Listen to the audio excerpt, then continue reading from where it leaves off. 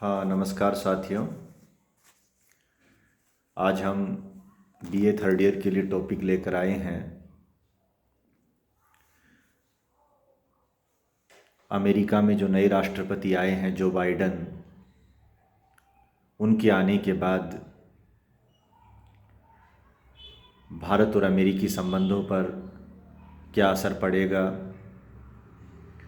और दुनिया में जो बाइडन का आगमन कैसा रहेगा, इन सब बातों पर हम आज की वीडियो में बात करने वाले हैं। 20 जनवरी 2021 को जो बाइडन ने अमेरिका के 46वें 46th जो प्रेसिडेंट है, राष्ट्रपति है, उसके रूप में शपथ ग्रहण की है और डोनाल्ड ट्रंप का स्थान लिया है। अमेरिकी राष्ट्रपति का कार्यकाल 4 वर्ष का होता है और जो मौजूदा राष्ट्रपति हैं वो रिपब्लिकन पार्टी से हैं, डेमोक्रेटिक पार्टी से हैं। उससे पहले डोनाल्ड ट्रंप थे, वो रिपब्लिकन पार्टी से हैं। रिपब्लिकन पार्टी और डेमोक्रेटिक पार्टी अमेरिका के जो दो मुख्य पार्टियां हैं, मोटे तौर पर वहाँ द्विदलीय व्यवस्था है। ये तो एक सामान्य बात रही है। अब बात आती है कि जो बाइडन के आने से भारत अमेरिकी संबंधों पर क्या असर पड़ेगा। देखिए, सबसे बड़ी जो समस्या हमारे सामने रही थी डोनाल्ड ट्रंप के कार्यकाल में कि डोनाल्ड ट्रंप ने ईरान के साथ जो परमाणु समझौता है उसको तोड़ा है। परमाणु समझौता जब ईरान के साथ टूटा तो भारत के लिए मुश्किल खड़ी हो गई और बराक ओबामा जो डोनाल्ड ट्रंप से पहले अमेरिकी राष्ट्रपति थे, उन्होंने ईरान के साथ परमाणु करार किया था। यानी कि पहले जो ईरान का न्यूक्लियर कार्यक्रम चल रहा था, दुनिया भर की उस पर आपत्ति थी। अंततोगत्वा बराक ओबामा के समय वो सेटलमेंट हो गया था और भारत के लिए भी ये बहुत बेहतर था। भारत के लिए बेहतर इसलिए है क्योंकि भारत और ईरान के जो आपसी रिश्ते हैं वो बहुत गहरे हैं। ईरान के साथ भारत के हित जुड़े हुए हैं और इसका अंदाज़ा हम इस बात से लगा सकते हैं कि ईरान से हमारी जो एनर्जी सिक्योरिटी है, ऊर्जा सुरक्षा है, वो जुड़ी है। ईरान के ज़रिए हमारी जो गैस पाइपलाइन है जो समुद्र के रास्ते आनी है, उसका प्रोजेक्ट लंबित था, उस पर काम हो रहा था। उसके अलावा ईरान और पाकिस्तान के जो आपसी रिश्ते बहुत अच्छे नहीं हैं, ख़ास तौर पर वो कुछ शिया सुन्नी विवाद है, तो इसकी वजह से ईरान के साथ भारत के रिश्ते मजबूत हो जाते हैं। ईरान का जो बंदरगाह है, चाबहार बंदरगाह, जिसके ऊपर भारत काम कर रहा था, लेकिन डोनाल्ड ट्रंप ने जो ही परमाणु करार तोड़ा और दुनिया भर पर यह दबाव बनाया कि वो ईरान से अपने रिश्ते ख़त्म करे, उनसे तेल गैस या जो भी चीज़ें उनको लेना बंद करे, तो भारत भी उसके दबाव में आया। भले हम कितना भी ये कहें कि हमारी जो विदेश नीति है वो स्वतंत्र है, लेकिन अंतर्राष्ट्रीय राजनीति में जो कुछ घटता है, ख़ास तौर पर अमेरिका की लाइन से हम बहुत ज़्यादा दूर जा नहीं सकते, क्योंकि हमारे अंतर्राष्ट्रीय हित हैं वो काफ़ी कुछ इस बात पर निर्भर करते हैं कि हमारे अमेरिका के साथ रिश्ते कैसे हैं। आज की जो दुनिया है उसमें अमेरिका एक सुपर पावर की स्थिति में है।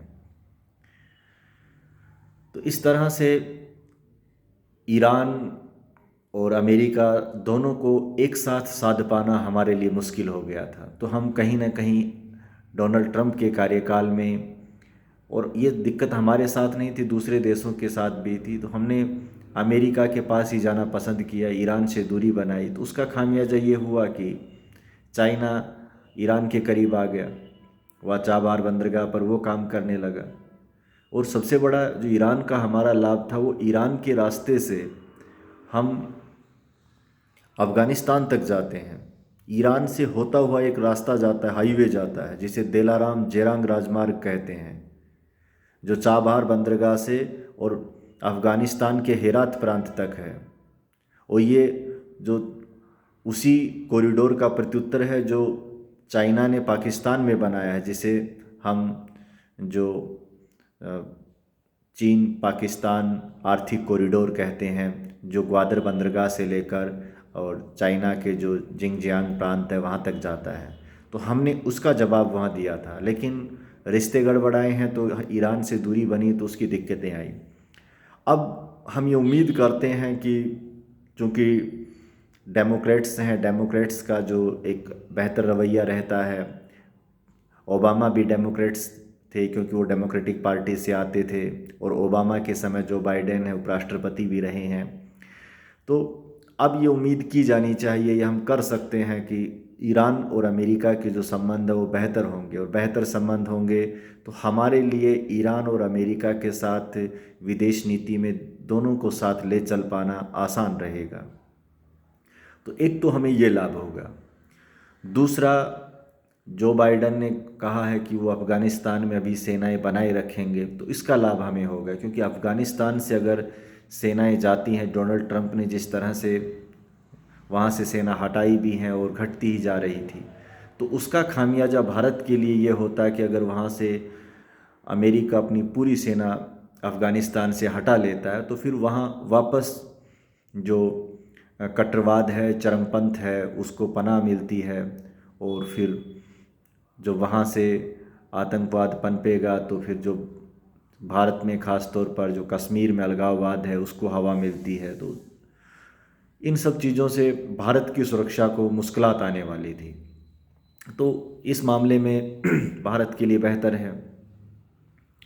इसके अलावा भी जो डोनाल्ड ट्रंप का जो कार्यकाल था वो वैश्विक मूल्यों के लिए बहुत हल्का दौर था। उन्होंने कई ऐसे फैसले लिए दुनिया में जो न केवल भारत के लिए बल्कि दुनिया के तमाम देशों के लिए मुश्किल के रहे। और उनका एक फैसला था पेरिस परमाणु समझौते से पीछे हटना। पेरिस परमाणु समझौता 2016 में जो बराक ओबामा के समय ही हुआ था। ओबामा के कार्यकाल है वो अमेरिका के लिए उपलब्धियों से भरा रहा था। उसने ईरान के साथ अपने संबंध बेहतर किए, परमाणु करार किया, उन्होंने पेरिस समझौते पर दुनिया को एक मत लेकर आए। जो पेरिस समझौता है वो जलवायु परिवर्तन को लेकर है।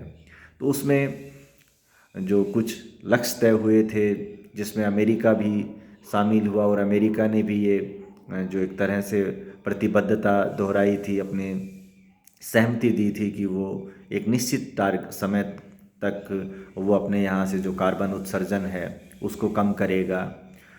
लेकिन डोनाल्ड ट्रंप ने आते ही परमाणु जो उसका पेरिस जो जलवायु समझौता है उससे बाहर हो गया।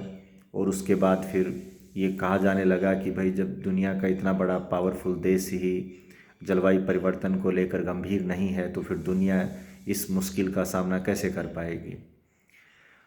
अब जो बाइडन ने ये संकेत दिए हैं कि वो जलवायु परिवर्तन समझौते में वापस लौट कर आएंगे। उसी तरह से उन्होंने मुसलमानों के बारे में डोनाल्ड ट्रंप की जो पॉलिसी है वो बेहद ख़तरनाक रही है, रंगभेद की रही है, जबकि भारत हमेशा रंगभेद के खिलाफ रहा है। उसका जो सपोर्ट है, उसने जो गोरे लोग हैं उनको अपने करीब रखा है, जो श्वेत हैं, अश्वेतों के प्रति जो हेट क्राइम है वो अमेरिका में बढ़ाया है। हालांकि भले ही उनका एक घरेलू मामला है, लेकिन भारत की जो विदेश नीति है उसमें हमेशा रंगभेद के विरोध की रही है। गांधी जी ने तो दक्षिण अफ्रीका में रंगभेद के खिलाफ लड़ाई लड़ी है। तो वहाँ आइडियोलॉजिकल स्तर पर भारत भी उससे सहमत नहीं था। हालांकि वो अमेरिकी समाज और लोकतंत्र के लिए भी ये उनकी जो पॉलिसी कहें या उनकी जो कोशिश है वो अच्छी नहीं थी। तो उम्मीद करते हैं कि जो बाइडन के आने से जो अमेरिका को खुद को भी जो क्षति पहुंची है और दुनिया में भी डोनाल्ड ट्रंप की वजह से जिन मूल्यों को नुकसान पहुंचा है उनकी वापसी होगी। डोनाल्ड ट्रंप ने अपने कार्यकाल में पश्चिमी एशिया के 9 मुस्लिम देशों के नागरिकों का अमेरिका में प्रवेश निषिद्ध कर दिया था। उस फैसले को अब डोनाल्ड ट्रंप जो बाइडन है इन्होंने वापस लिया है, अब वो आ जा सकेंगे। तो इस तरह से कई ऐसे कदम हैं। दूसरा, जैसे अभी यहाँ भारतीय कामगारों के लिए जो H1B1 जो वीज़ा है उसको पर भी उन्होंने कटौती कर दी थी। तो उम्मीद करते हैं कि जो बाइडन के आने से उसमें बेहतरी होगी। लेकिन जो बाइडन के लिए आने वाला जो समय है वो चुनौतियों से भरा है। चुनौतियों से भरा इस रूप में है क्योंकि उसे एक तो जो क्षति घरेलू स्तर पर डोनाल्ड ट्रंप के दौर में उपजी है, क्योंकि डोनाल्ड ट्रंप के दौर में जो अमेरिकी समाज है वो बँट गया है। और ऐसा कहते हैं कि अमेरिकी समाज इससे पहले तब बटा था जब गृह युद्ध हुआ था, जहाँ जब दास प्रथा का अंत हुआ था, इब्राहिम लिंकन का दौर था। उसके बाद अमेरिकी समाज इतना विभाजित अब है। काफ़ी दंगे फसाद भी हुए इनके समय, इसके समर्थकों का। तो उस स्थिति को बेहतर स्थिति में लाना जो बाइडन के लिए घरेलू स्तर पर सबसे पहली चुनौती है। दुनिया में उन्हें जो चीन का जो प्रभुत्व है, साम्राज्यवाद है, उसको संतुलित करना पड़ेगा। ईरान से बेहतर रिश्ते कायम करने पड़ेंगे। पश्चिम एशिया में जो उसकी पकड़ कमज़ोर हुई है उसे और अधिक मजबूत करना पड़ेगा। और भी दुनिया भर में जो कार्यक्रम हैं वो चलाने होंगे। तो इस तरह से हम कह सकते हैं कि जो बाइडन का जो दौर है वो भारत के लिए ज़्यादा बेहतर दौर साबित होगा बनिस्बत डोनाल्ड ट्रंप के। धन्यवाद।